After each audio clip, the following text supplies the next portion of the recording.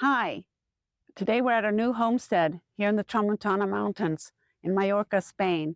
So today we're going to talk about the dirt on dirt and how important it is to get to know your own soil in your garden and how that changes everything. It also changes the effort you need to put in.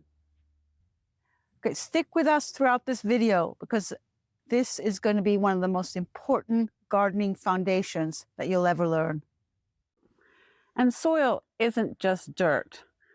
It's a bunch of different things. It's water and air and organic matter and microorganisms, billions of them. And soil is often considered the skin of the earth. It's what makes life on this planet possible. Soil is made up of all the dead things that fall off the trees, for example, leaves, branches, and twigs, dead insects, dead plants, grass, weeds, and even weathered rock, which turns into minerals. So soil is really only organic matter. 95% of the food that we eat depends on the fertile topsoil that we have on this planet. Yet human activity has depleted about 1/3 of the world's topsoil. That's why caring for our soil isn't just gardening, it's actually stewardship. That's why we really believe in the soil first method that we have created here on the Soil Sisters. So when soil is healthy, plants don't struggle. And soil is full of microbes. If you pick up a handful of dirt in your hands, there's more microbes in that handful of dirt than there are people on the planet. And healthy soil also holds nutrients and water. It's an ecosystem underneath the ground that is invisible. And what happens when you destroy the soil, that ecosystem is disrupted. So what we're going to focus on at Soil Sisters is how to make the soil balanced and healthy and resilient so we don't have to do so much work in our garden. So not all soil is the same, but knowing what you have in your garden will help you work a lot smarter and not harder. So before we continue on, I'm going to talk a little bit about the different types of soil there are on the planet. So the first one is loam. And loam has a lot of nutrients and it's great for growing vegetables, and it's dark and it holds water well. So if you think about it, loamy soil is found in areas where there's lots of forests and a lot of vegetation, because the more forests, the more organic matter. That's why forests have incredible soil, because the leaves are falling off the trees and branches and twigs, and all of this organic material turns into this dark, rich humus. So basically, nature is composting nonstop. Now, silt is a fine-grained soil with some nutrients in it, and it's found near lakes and rivers and bodies of water. This soil is quite rare. It's good for growing trees and shrubs. The third one is clay, and clay is actually rich in nutrients. It can hold more water than most other soil types, and it's good for vegetable crops.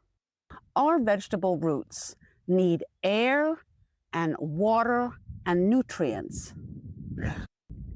Clay holds water really well, but because it's so compact, there's not a lot of oxygen in it. Sandy soil has very little nutrients, doesn't hold water well, and makes it unsuitable for most plants. And then we have red soil. And red soil is found in warm, temperate, and moist climates. The red color is due to the presence of iron oxide in the soil. It's found in Australia, India, Brazil, and Hawaii. The last one is black soil, and that's formed by lava rocks. It's very fertile, it's rich in minerals, and it holds water really well. It's great for growing food. So the basic rule is the darker the better. So the best types of soil are black soil and loam. Second best are red soil and clay. And then the soil with the least amount of nutrients in it is sandy soil or silt. So for those of you who are in Canada, thank you for your support, by the way. You have clay soils, you actually have grassland soils that are rich in organic matter, and you have forest soils with loam. So good news if you live in the Midwest, your soil is dark, rich in organic matter, and it is actually one of the most fertile soils in the world.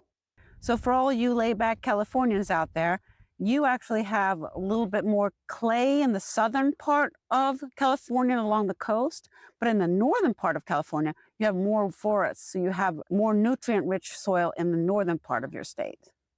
So in Hawaii, you guys have a lot of red soil and black soil because of the volcanoes there.